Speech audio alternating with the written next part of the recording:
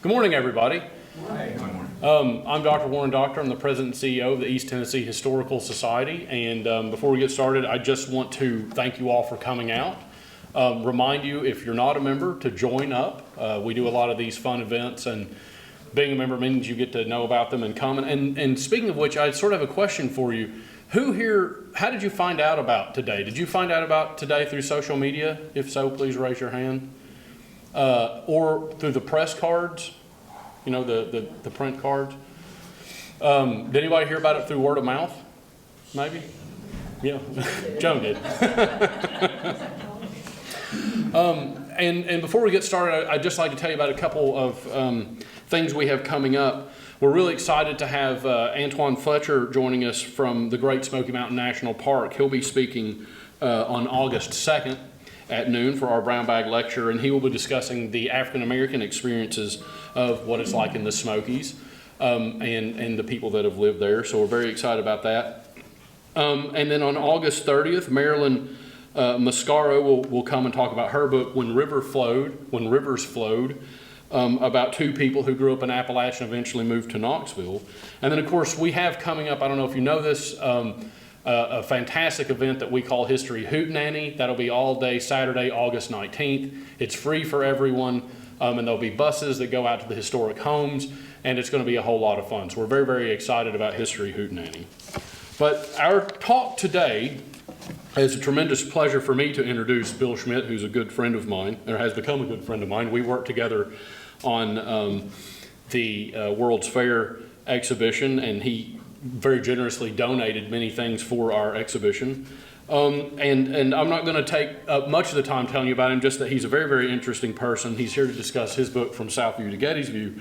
And Bill Schmidt is an Olympian, an Olympic organizer, a sports marketing guru, I think that's very fair to say, and also now an author. So I'll turn over to Bill. Well, good afternoon. I don't see any bagged lunches, Warren. Are you going to deliver those, or are they supposed to bring them, or what? It's a BYOB thing. Oh, I didn't know that. BYOB, I'm not familiar with that term unless it involves something in a bottle. Bring your own bag. Bring your own bag. There you go. Thanks for being here. I've done this at several locations, different times. I just got back from my hometown, Cannonsburg, which is it's about 6 miles from where I grew up and where I was born, actually. I grew up in Cannonsburg. But Southview is the coal camp where my dad immigrated with his family.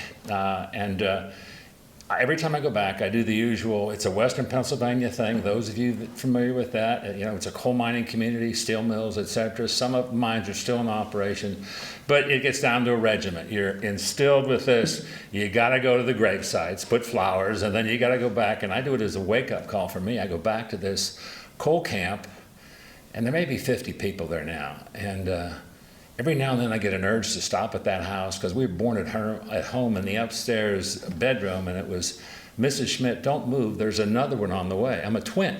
My mother had no idea she was having twins.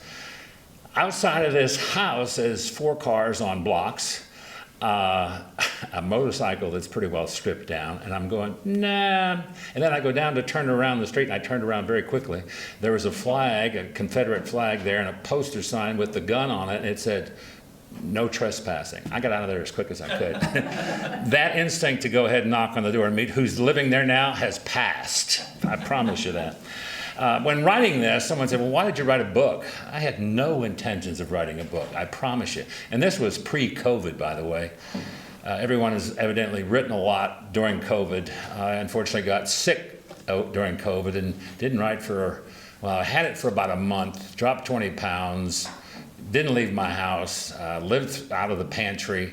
It was just me and my dog, Sam. And I wasn't able to write for another 2 months. Those of you that had it, you're familiar with the brain fog that comes along with it. And I sat down to write, and I'm going, da-da-da. I could barely put my name down, let alone a thought process. So over a period of years, and some of you might be familiar with my career, 3 or 4 of you here today are, 5 or 6, etc. After doing having a literally blessed life and having some incredible opportunities and making the best of them, someone said, Schmidt, you need to write a book. And I'm going, yeah, right. So for 20 years, I put that aside. Now, I'll give you some stats here. I found this out. 80% of the population would like to write a book. Anybody here want to write a book? I encourage you to do it. Yeah, there you go. And you should. And Joan, you should. Well, you've already have, yeah. So anyway, but 2% or less than 2% actually do it. I wasn't trying to beat the statistics. In fact, I fought those stats most of my life in a variety of ways. But in searching out what I thought would be a ghostwriter, I met with several and they said, Bill, no one's going to be able to tell your story like you can. And I'm going, okay. So I had a variety of things. I was going to dictate it. I was going to transcribe it, everything else. Ended up sitting down and just started going. I didn't have an outline. I'd never written anything in my life. In fact, I'm sure that my English professors in college would be shocked. And they'll see this next month. It'll be in a University of North Texas publication, alumni. They sent a photographer in to do a photo shoot. I hadn't been on a photo shoot since Michael Jordan. I thought Michael was going to show up. This guy was so good. My hope is that he makes me look good. But you got to work with what you've got. But anyway, as I looked at this, I had several people that called during this process. One was Terry Lefton, who's the individual who's vice president at Sports Business Journal. And he calls occasionally to just check on the history of Gatorade. I was there long enough when it started, from an $80 million brand to $2 billion when I left. And he just calls to check on the stats. He goes, listen, the folks at Gatorade say that they were the first NFL sponsor. Well, that wasn't quite true, so he runs it by me. And then he goes, what are you doing? I said, I'm working on a project. He goes, what are you doing, writing a book? I said, as a matter of fact, I am. He goes, nobody will believe it. So I put that on a notepad. That was on my desk. And there's just me and the dog. And he's a credible dog, by the way. I have a twin brother, and I have a sister who lives back in Pennsylvania. I lost two older brothers, 86 and 85, within the last 3 years, not COVID related. But as I looked at it, I'm going, if I don't tell my story, nobody will. So those are the two notes that I looked at every day that kind of drove me to say, you got to finish this. And somewhere in between there, I said, well, I'm going to go ahead and divide it into 3 parts. Basically, early life, my competitive career, and my business or professional career. Some people in my life were there in various stages, and the response back from them was, I didn't know that about you. I didn't know that about you. Why didn't you say something? I was very quiet and very personal about my life, personally, my personal life as well as the business, and just focused on the moment and worked through it. So from a standpoint of this book is offered at Amazon.com. I have several copies here today. Any and all sales today will be donated to the East Tennessee Historical Society, so help them out. You don't write a book to make money unless Jones is off the chart. You still making money on yours? Oh, good. I won't. No, it's not the reason why I wrote it. If you inspire one person and motivate one person, that if I was successful where I came from, with my background, anybody can do it with the desire, determination, and, oh, by the way, the discipline. Now, that's a lot in 3 words. You can say that to a lot of people, but they have to embrace it and move from there. So when I looked at a cover, I designed it as well. And I looked for a variety of photos, etc. And those of you that know, you can't use the Olympic rings. You got to get approval. I'm not going to go through that process. You can't get Gatorade unless you put their logo on it and get approval. The other brands I've worked on, Under Armour, Levi Strauss, etc., I'm going, I can't put all those logos on. So I'm walking down the hall upstairs and I look, well, wait a minute, there's that oil painting right there. Duh. So a lot of this has been serendipitous. So I said, well, that'll work. And it turned out great. My brother's neighbor painted this about 40 years ago. And I met with several people that wrote books, and I'm going, I've never done this before. One person said, make sure you make your name big. No. I have a vision that I was going to see this at all the airports. And that's what it's going to look like, and that's what it's going to look like in the bookstores, et cetera, et cetera. Now, I wasn't naive enough to believe that anybody, or anybody for that matter, would ever recognize who I was. But the process, Southview to Gettysvue, just kind of flowed. Southview was the coal camp. I live in Gettysvue. And I'm going, well, they're not going to understand that. So I put a little subtitle under it, from a coal camp to Olympic Podium to Courtside with Michael Jordan. Even if they don't know who Bill Schmidt is, they know who Michael Jordan is, if they're alive and have a pulse. Underneath that, someone, as I said, someone said, make your name big. I'm going, they're not going to remember who I am or recognize who I am. So I thought, well, I'll put something under there. Olympian, Olympic organizer, sports marketing guru. Now, when I was typing that, I had, because we got, Joan Cronin and I were fortunate enough, we both received an innovator and pioneer in sports business in California. What's it been, like 8 years now? So I was going to put sports innovator, and I got to type that out, and innovator wouldn't fit on the line.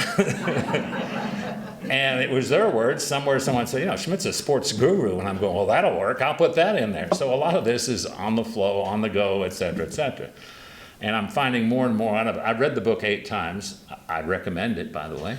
I'm now going through the audio book, which is tedious. You have to listen to every word after picking a person. So now I literally have to go through, and you don't write this down. They have what they call a cheat sheet. And you literally look at the frame, the time stamp, and you make the corrections in 2 different columns. As I said, very tedious.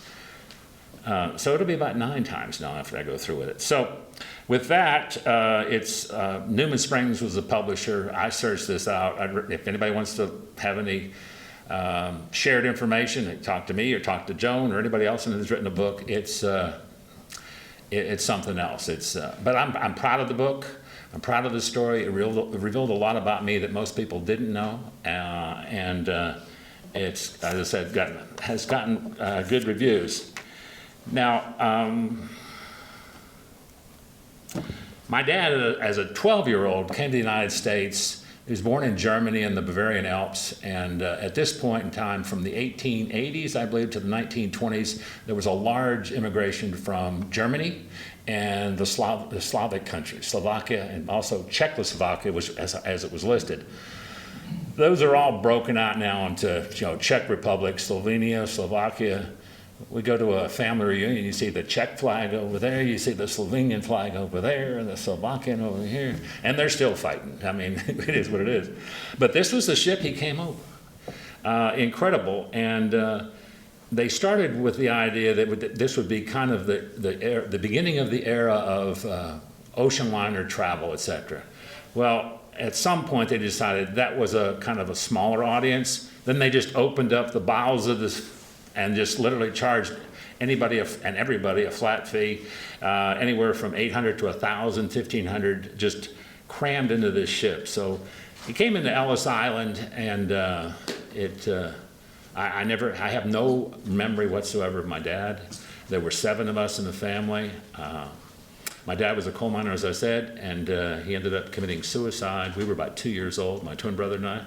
So we never knew it. And he was a mean guy, and talking to my older brothers, he was not stereotypical Appalachian coal miners, but they go to work, come back, food's on the table, beat the wife, beat the kids, get drunk, from what they've told me. So, but this is the name of the ship, and its history is quite amazing. Now, this is Southview as the coal mine, a Montour mine number 1, and as I look at this, 2 buildings are missing, otherwise it looks the same. Outhouses in the back. Literally the company built the coal mine, the coal mine company built the housing. There was a company store. They paid you in company script.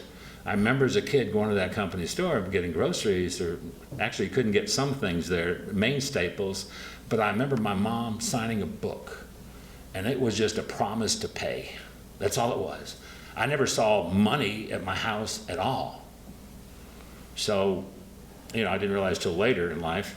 But up in that far left-hand corner up there, that 3rd house on the left from the top, that's it. It looks nothing like that. In fact, it looks better there than it does now.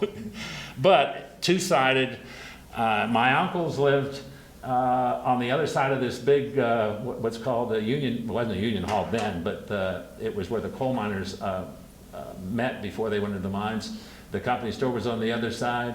One aunt lived there, an uncle lived up the street, my grandmother lived down the street, so the Schmidts were in town, so to speak. And then they migrated and moved around and went from there.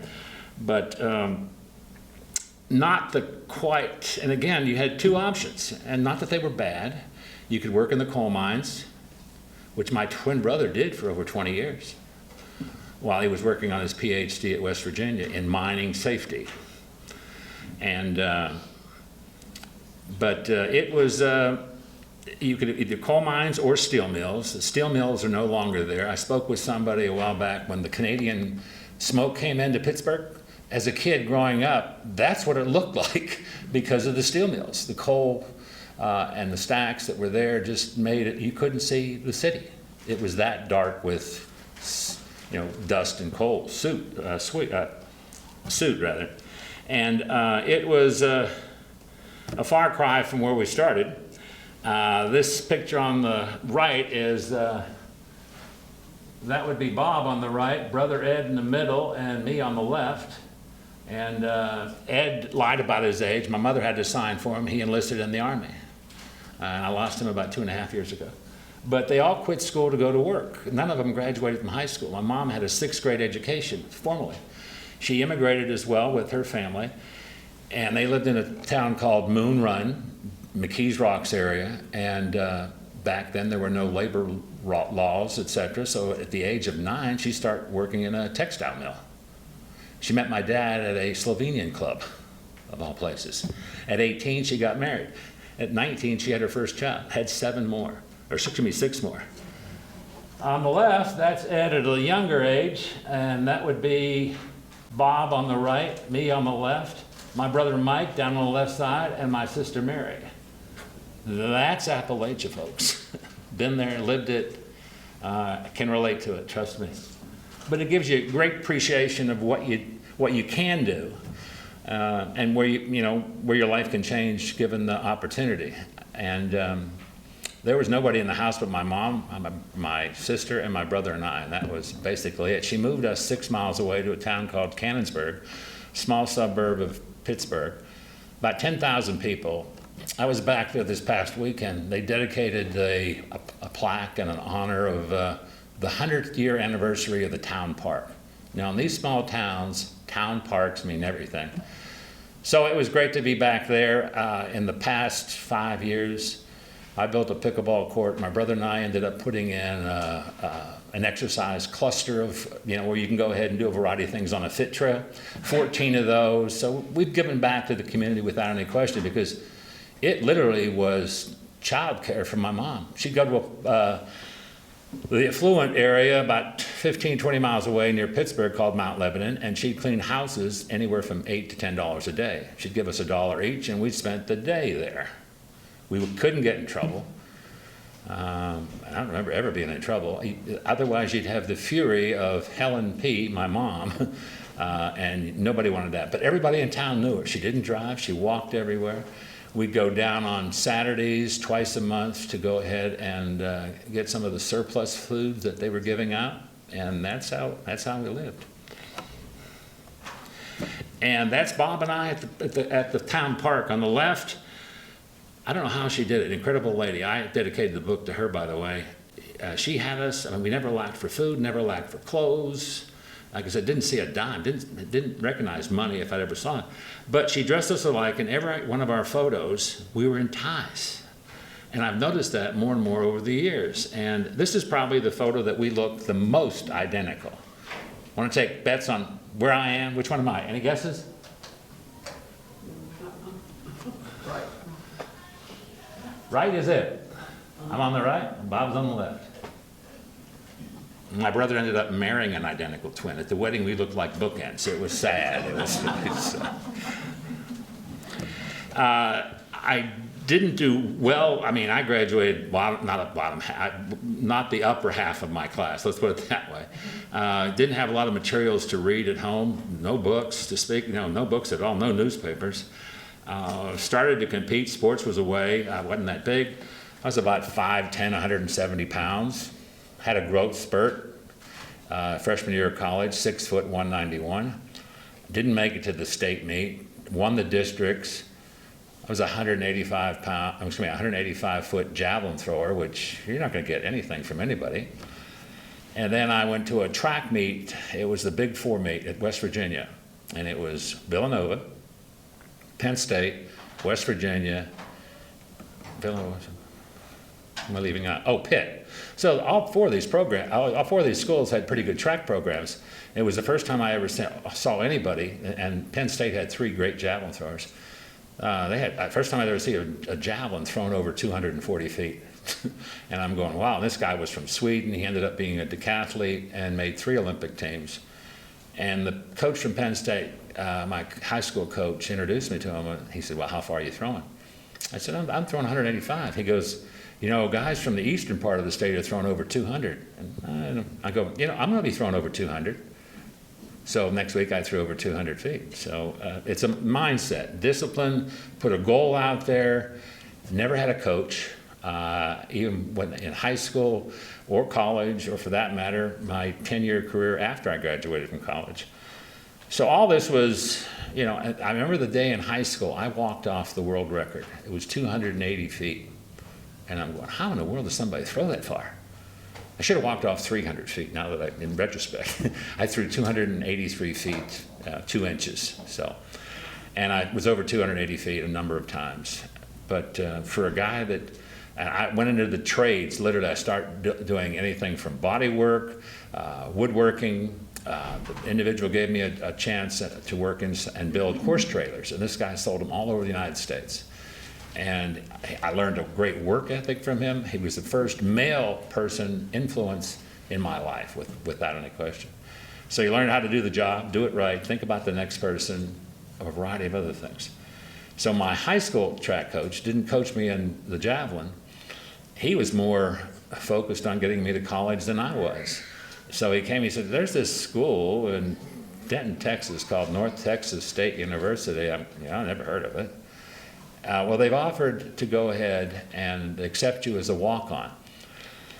Now, with the last semester having attended, taking a bus every day to attend a junior college in Pittsburgh called Point Park College, I had 3 Fs, 2 Ds. I don't know how I got to 2 Ds. I really don't. I was in the pool hall across the street most of the time. So it wasn't a good foundation for success, to say the least. So all I wanted was a chance, and they said, well, you have to pay your own way. And I said, done deal. In fact, it was cheaper for me to go to school in Texas than it was to go to school in Pennsylvania, from a tuition standpoint, not room and board, etc. So when they started looking at the process of selecting a U.S. team, U.S. Olympic team, my college career, I eventually got a full scholarship my last year. I threw 219.2 as a sophomore. Freshmen weren't eligible. The next year I threw 253.1. You don't make those kind of gains. You make 10-foot games, maybe 5. My senior year I opened the season at 272. I improved another 20 feet. The coach threatened to take the javelin away from me. I was competing against someone you know quite well here, he may rest in peace, Bill Skinner. I finished second to Bill Skinner at 2 national championship meets. I visited and competed in the nationals here in Knoxville in 1969. It's a bit ironic that full circle, I'm back here, and I've been here for 20 years. And everyone always said, oh, you're that javelin thrower, Bill's from Tennessee. I said, no, that's Bill Skinner. Now, he was 29 at the time, and I was 21. And everyone would ask, well, don't you think it's not fair that he's older than you? He's a competitor, that's all I saw. Until I got to be 28 competing against collegiates. All the difference in the world. Bill was picked to make the Olympic team, I wasn't. On a 280-foot throw in Modesto, California, I heard something pop. And again, this was the all-time big meet. It was covered by ABC Wide World of Sports. Had the best in the U.S. in college, as well as those vying for the Olympic team. Now, the meet record for that event was set the year before by the current world record holder, Jorma Kinnunen from Finland. Finland is kind of the mecca of javelin throwing. Although javelin now in Germany is doing pretty well, but now they're coming from all over the place. India, of all places, who's a great thrower. Chopka won the Olympic gold in Tokyo, and literally there's an individual from the Dominican who's throwing well. So it's not centered in that area. And again, YouTube has helped a lot for those individuals who don't have coaches in countries that surprisingly don't throw the javelin. They normally get into another event before that. Terry Hanratty actually had the high school javelin record when he was in Louisiana, 252. And then Mark Muro broke that at 253. So this meet had everybody in it. It was invitation only. There was only 6 competitors. You got all 6 throws. I take the lead early on. And if you throw over 260, which is 80 meters, you're considered world class, right?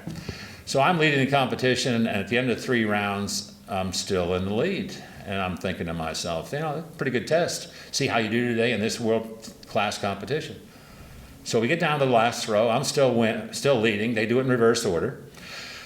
So I'm thinking, this is a morbid thought as I think about it. Well, there's 6 of us. This guy just threw. If he beats me, the worst I can get is 2nd. You know, this guy beats me, the 5th place guy, the worst I can get is, 5th, etc. Everybody else beats me. There's only 2 guys left. He doesn't beat me. And then the 2nd place guy is Mark Muro, Olympian from 1968, American record holder at 300 feet.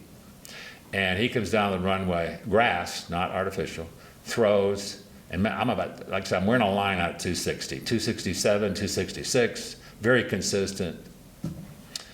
So he comes down and he throws 270, 271, 4 inches.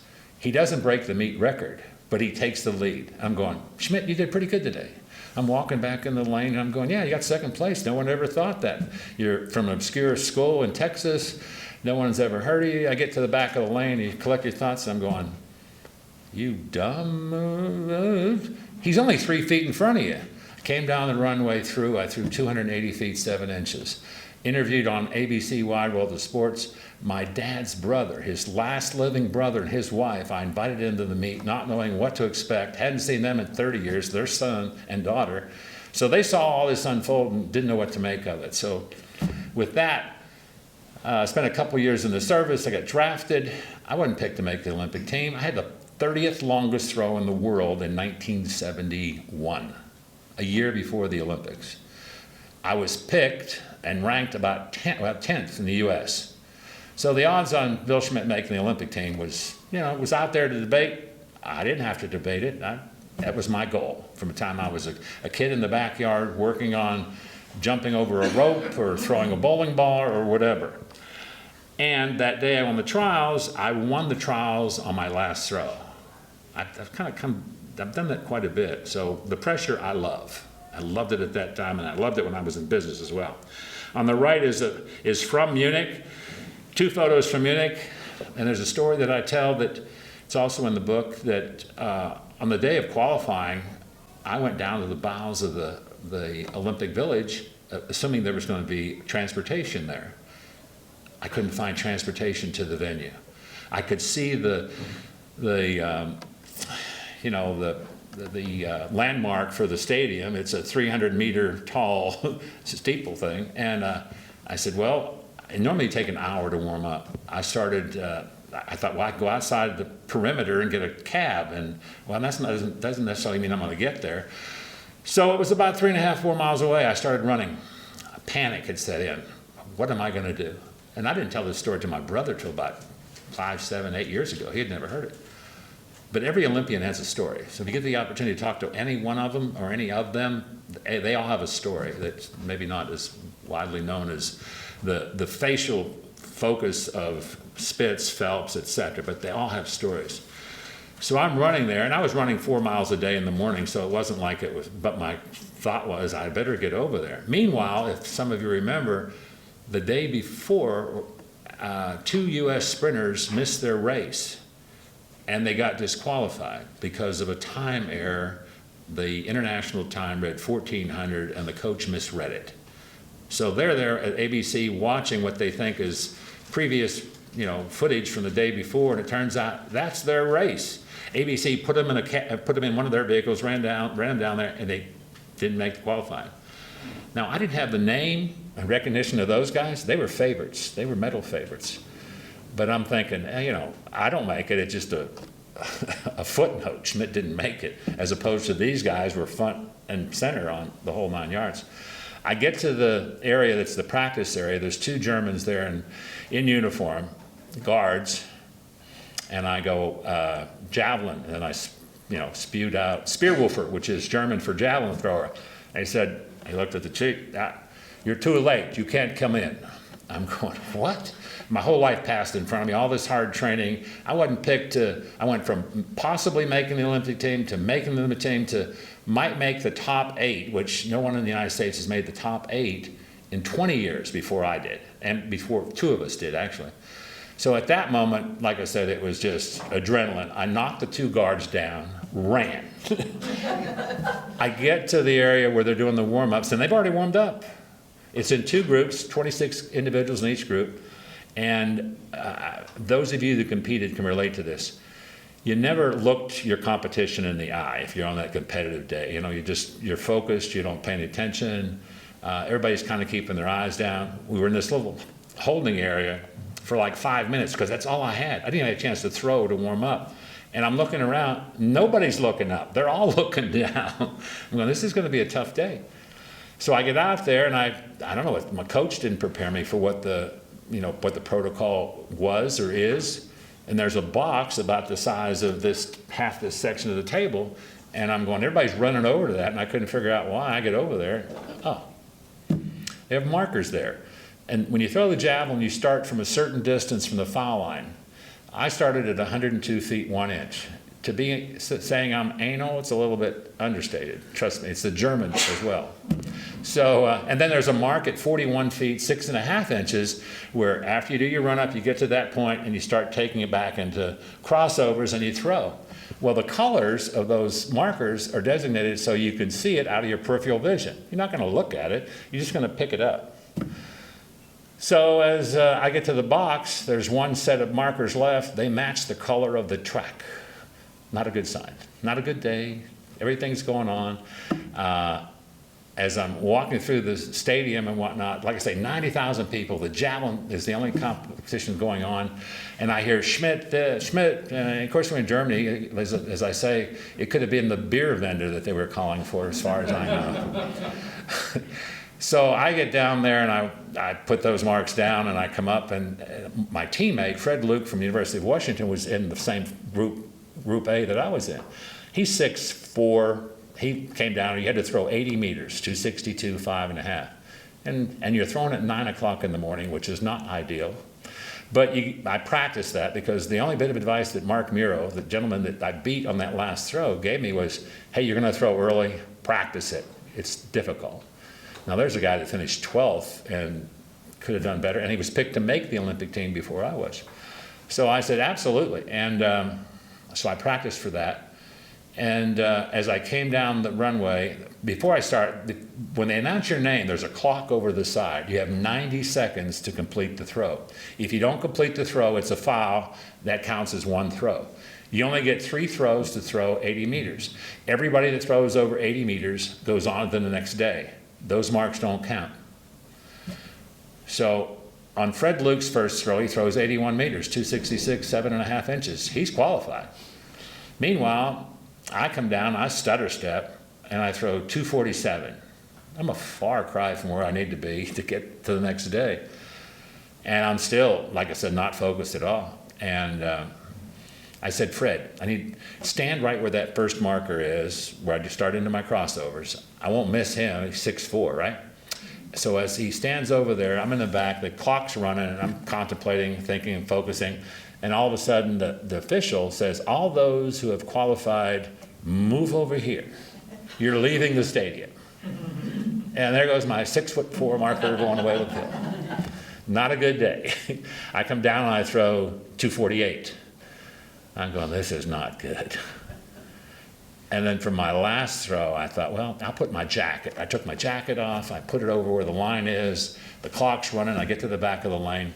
And again, I'm getting my mind set. And all of a sudden, the official comes over and he drags my jacket away. Not a good day. I come down, I stutter step again, but I throw 258, 10.5 inches. Not 262. I had not qualified. So I'm thinking, well, yeah, there's always 4 years, and I'm going, wait a minute, there's another group. I went through the bottom of the stadium, came up, and look as if you're looking at a tunnel at Neyland, right? And I'm looking at the competition, and I'm looking at the next 20 guys. Let's see, there's the world record holder, there's the European champion, there's so-and-so from East, and it was East and West Germany. And to say that the East Germans had a different diet is an understatement, trust me. If you don't get the gist of that, PEDs were prevalent in East Germany, in performance-enhancing drugs. So there were 3 of those guys, a couple of guys, the gold medalists from Mexico City, the world record holder, et cetera. And I'm going, yeah, and I'm in 5th, 7th place. This doesn't look good. And about that time I'm standing there, there's a gentleman pushing a wheelchair. A guy that could barely walk himself is pushing somebody else that can't walk. And it was like reality slapped me in the face and said, Schmidt, you're worried about how you did in this silly sport, and these guys can't walk. So I left. I went back to the Olympic Village. My teammate came back, and I said, how'd I do? Now, if they don't have 12 individuals that go over 80 meters, they supplement that until they do. He said, you got 10th. So great. So I got to throw the next day. Next day I was the first one out there, but that night I met with the other 2 javelin throwers, and I said, you know what, there's 2 guys that are extremely, they separated from us quite a bit, that are going to probably be the talent to beat. But there's an opportunity for one of us to get bronze.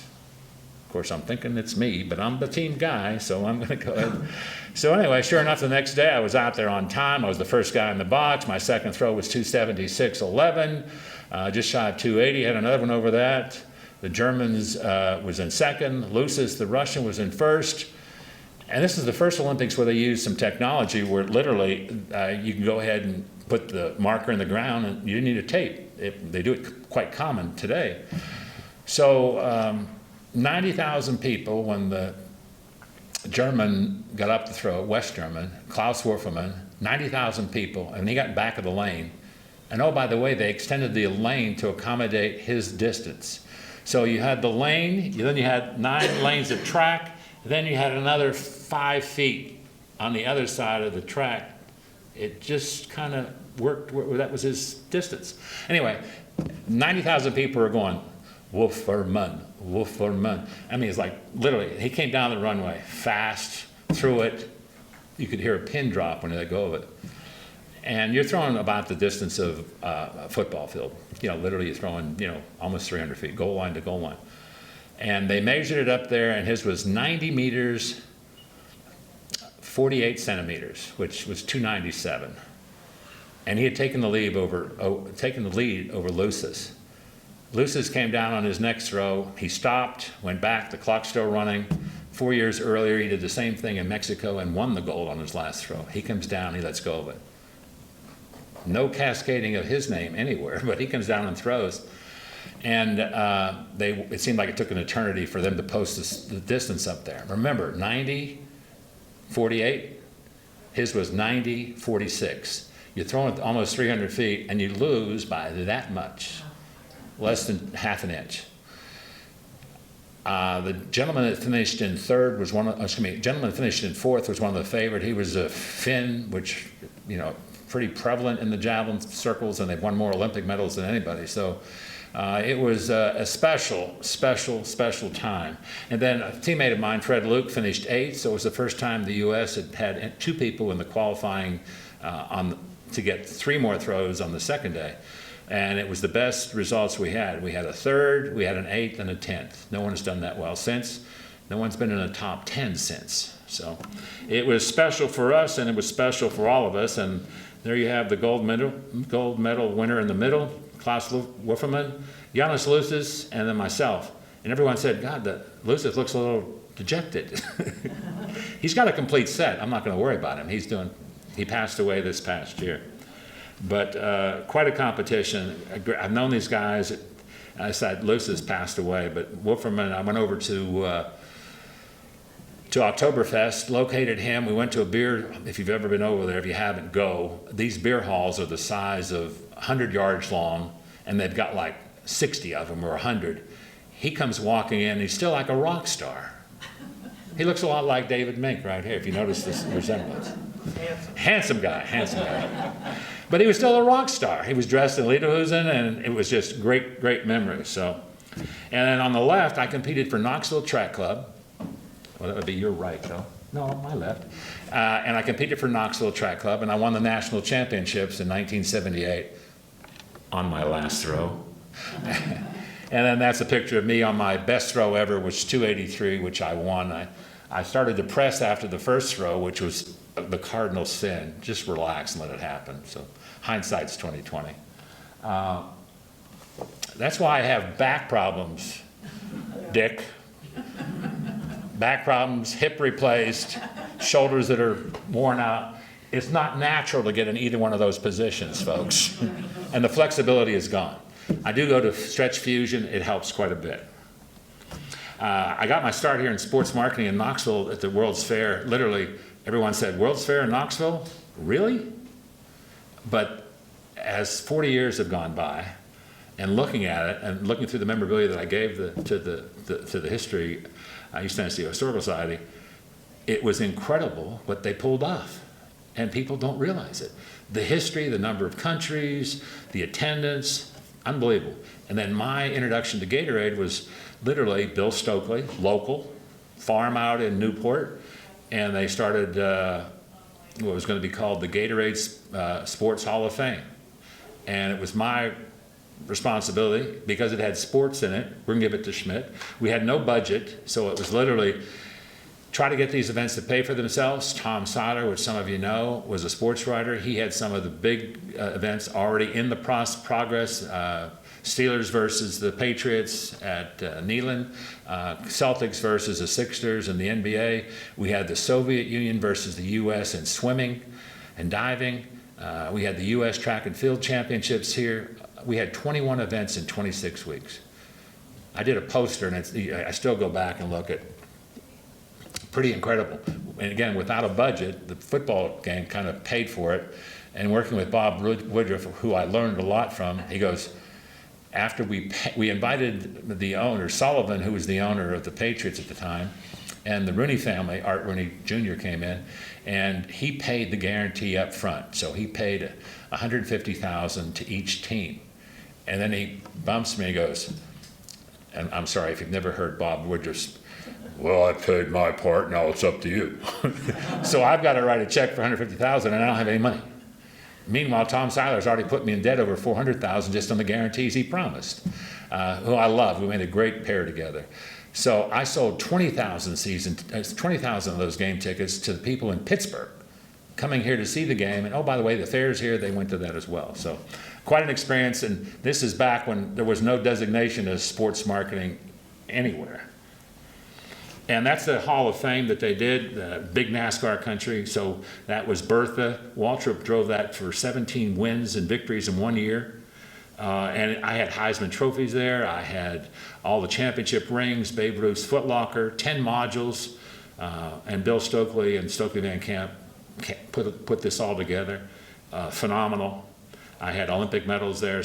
I had Ralph Boston, who just passed away, his gold, silver, and bronze medals, Jesse Owens' uniform, a litany of other things that I thought, well, what people want to see that they couldn't. And so it was, and then the part of returning it was something as well from a logistical standpoint. But quite an event. After that, I was going to go work for Bill Stokely. I said, well, I got to interview with somebody. So I talked to them. Yeah, come on up for an interview. And they offered me an opportunity, and everyone thought, well, you know Bill Stokely, that's why you got the job. You graduated from the University of Tennessee. His name's on 4 or 5 buildings at the University of Tennessee. But I've never met Bill Stokely once in my life, and it was at the fair. So they had just acquired Gatorade, and there was only two flavors, lemon lime, the original, and orange. And they just started to come up with fruit punch. Fruit punch had red dye number 9. So if you drank it or got some on your uniform, it turned it black. If you got it on an artificial surface, like tartan surface, whatever, it turned that black. They eventually had to get away from it, went up. In the interim, I got offered the opportunity to go to LA.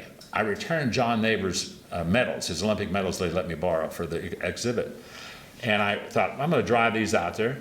double team. I'll go over to LA, do an interview. Nobody was there. I came back. I started working in Indianapolis. Loved it. About 8 weeks later, they called and said, we'd like to hire you. We're not sure where we're gonna put you. And I said, never mind. 2 weeks later, they called back and said, we want you to be one of the vice presidents of sports, and we're not sure no, I'm good right here in Indianapolis. I've got a great opportunity. This is a career. Called me back about 3 days later. We're gonna give you track and field and boxing as 2 of the sports. I just got goosebumps when I said that. Track and field, I gotta go. Where do I sign? So I left with leave of absence. In the interim, I talked to the president of Stokely, and he goes, Stokely Van Camp, and he goes, I understand you're going to the Olympics. I said, well, I don't really wanna go. He goes, well, then don't. I gotta go. But I'll leave on good terms, leave of absence, blah, blah, blah. Was out there, I ended up with 8 sports, 61 training sites, and all the equipment for 23 sports. It was a labor of love, and it was 18-hour days, but you didn't care. Plus there were 5 other individuals who were there from the World's Fair in Knoxville. And while I was there, Gatorade, I like this logo, by the way. I don't know whether you like the G or not. I have too much sweat equity, but I do have opinion. I like this one better. Anyway, they came out there when Quaker Oats acquired it, came out and interviewed me, and they said, we want you to come back. I said, my intentions were to always come back. As I said, the sales were 88 million. The Olympic Games, we had a, and you probably don't remember this, the U.S. was one of 2 bidders to get the Olympics in '84. The other one was, you're not gonna believe this, Tehran, Iran. They pulled out of it because of civil disruption, right? So it came to the U.S. The U.S. Olympic Committee said, we've got 2 cities, New York or L.A. They gave it to L.A. Nobody wanted to sign the contract to be held responsible for any debt or whatever. Private individuals took that on in Southern California by themselves. No reimbursement, everything else. They did strike a deal that if there was a profit, now the IOC said, well, no one's ever made a profit in the Olympics. We'll sign this. 40% will stay in LA, 20% goes here. Anyway, it funded the sports programs in Southern California. We turned a profit of $225 million. Unheard of in Olympic, you don't see it anymore. We did a lot of the, and as I went back, I kind of met a few people, worked with some other people. I met Michael before we ever signed him in '88 at the slam dunk competition. I renamed it Gatorade Slam Dunk. Dale Earnhardt was a great friend, and the book is about a variety of stories, etc. This is in New York. We brought together all the 5 trophies of the major sports and 5 icons in that sport. Football, we had Walter Payton. Basketball, we had Jabbar. NASCAR, we had Bobby Allison. We had Jackson in baseball. And hockey, we had Gordie Howe. So these were all there, and we bought the complimentary trophies, had jackets for them and everything else, and this was in Grant Park. It was one of my better days right there, now I say it. And we had, ESPN being the MC, and had a great crowd. And as we left, I ended up buying a fleet of Hummers. I took a page out of Nike. In the worlds of marketing, the idea is there's only 7 ideas out there, and everybody modifies it, one of those. Well, I saw Nike, if you remember, they had those Hummers, and they were all black and had the white swoosh. I'm going, that looks pretty good. Now, with that Gatorade logo, we had more color, so it looked like they went through a paint shop. Any number of colors, but the Gatorade logo was right there. I went ahead and bought 12 of them. We turned them over to our sales force, but we had one in New York for that episode, for this event.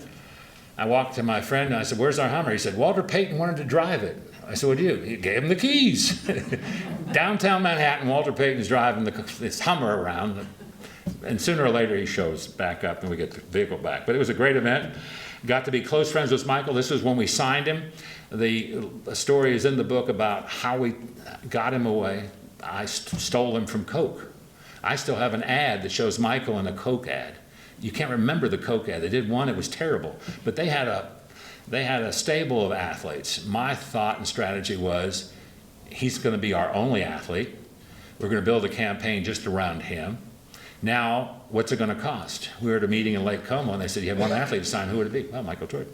At the time, it wasn't as obvious as it is looking back.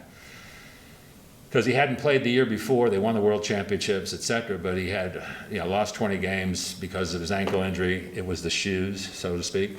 And it came back, and I thought it was going to, I knew what Coke was paying him. They were paying him $300,000.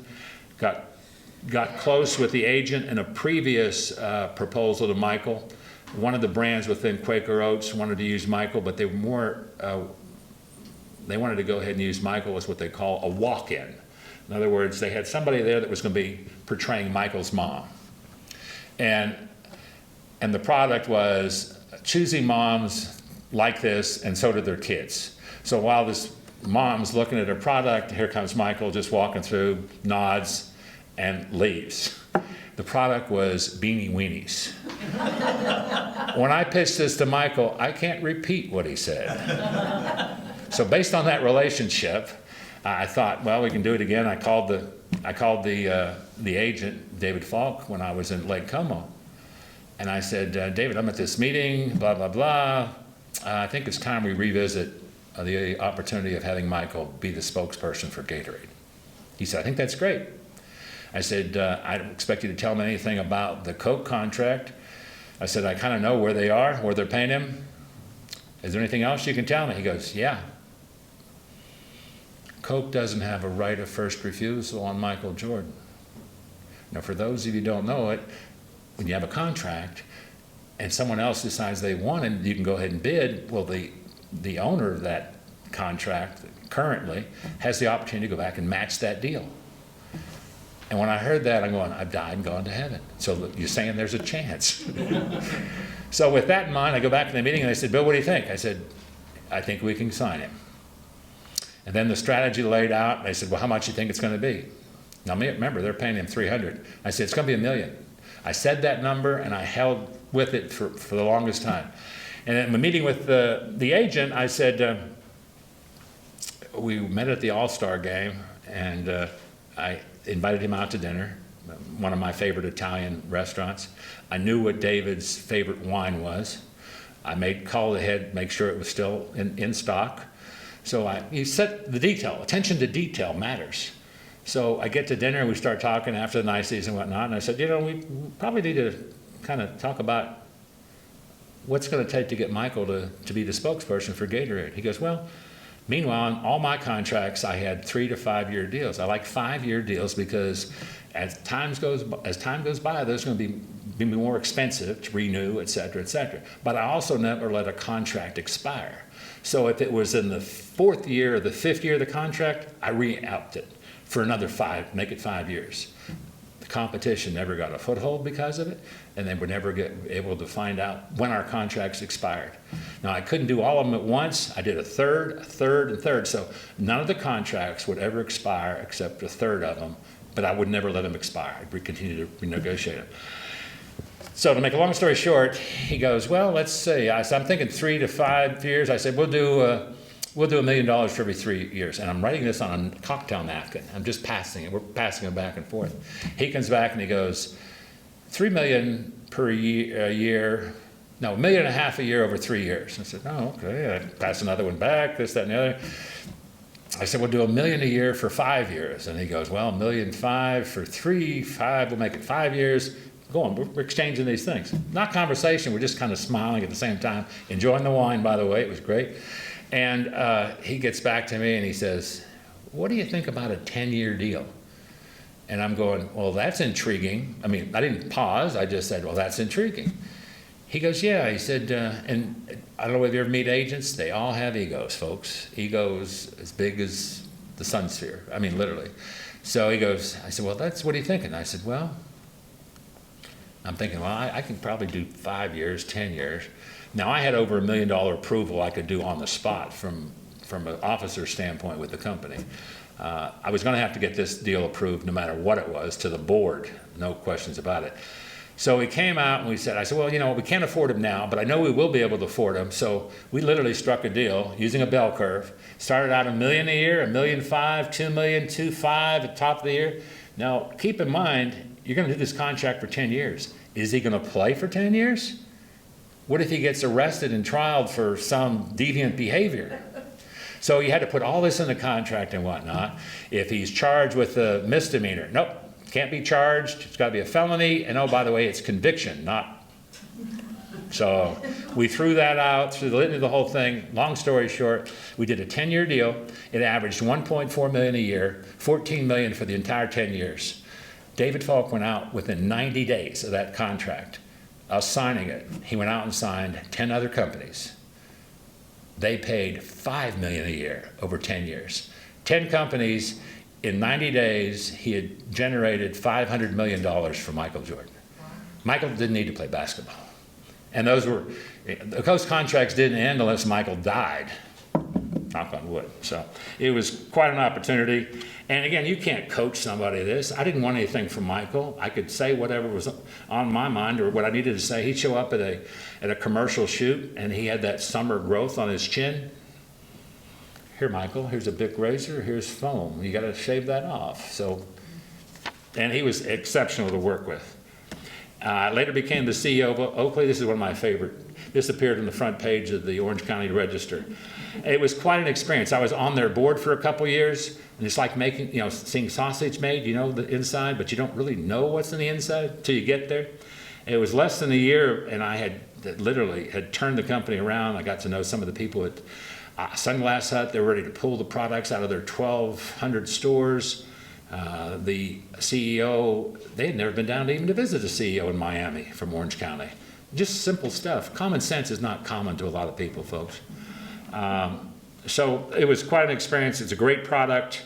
They didn't even have project engineers. So it was a matter of getting into this. They had private rooms that literally were, you can't talk in here.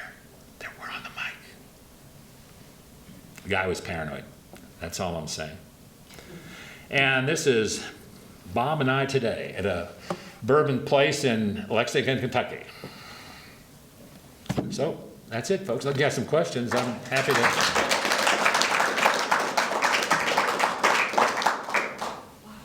When did you come to Tennessee and what was that for? I was on the plane with Stan Huntsman, who was the track coach at Tennessee, coming back from Munich on the plane. And he said, have you ever thought about graduate school? I said, well, yeah, it's an option. And I was still in the Army. I said, well, I got to go back to California, get out of the Army. I got drafted. I was going to Vietnam. So all this stuff going on, and still divine guidance intervention, folks. I've never been vocal about my religious beliefs. Raised Catholic. One of my oldest brothers, Mike, you saw in there, was abused by the priests. I've never gone back after about 3 years ago. I won't share the stories. Over that 72? Yeah. But my point being, it was 72 I came back, but Stan was the first coach when I was in college, my senior year, who was the coach of the international team that I made. And based on that relationship, he offered me a scholarship, and he had a postgraduate scholarship, a grad assistant. And again, I had someone I'd never heard of before, Bob Woodruff, call me on the phone, and I still don't remember what he said to this day. You're calling to Tennessee? I said, yes, sir, I am. But I learned a lot from the guy. He was phenomenal, great thing. So I came here in 73. Skinner was here when you got it, right? Sorry again? Skinner. No, he wasn't. He was already out of here. He had finished competing. I don't think he competed after the Munich games. But now I was still competed up through the 80 games, and we weren't going. I was still living here. Finished my graduate degree. Stan ended up hiring somebody else for an assistant coach, and I knew my coaching career was over here, or I had to move somewhere else if I wanted to coach. I was in charge of recruiting, academics. I loved it. It was easy to recruit for Tennessee. You get a kid on campus here in March when it's 85 degrees here, and they're coming from Michigan or Pennsylvania. Where do I sign? So it was great, but the World's Fair was there, and then I moved away after the World's Fair, and I came back. It's hard to believe, 20 years now. I've been your neighbor that long. Yours too. So no, that's been the basics of it. I thought I'd be only here a short period of time. Had a couple interviews for a couple NFL teams. President of the Miami Dolphins, Huizenga, had a plan, and we just about inked it until the running back, Williams, went off on a tangent to smoke some weed in Asia somewhere, and he goes, you know what, I don't need this. My wife's in bad health. He sold the team. So And then Falcons were an opportunity as well. But and I just consulted out of here and taught in the graduate school in the sports management program at UT. So it's been a great relationship, great opportunity, and Knoxville is great. Anybody else? Yes. Yeah, Bill, you were ahead of your time, but what I like most is you keep giving back.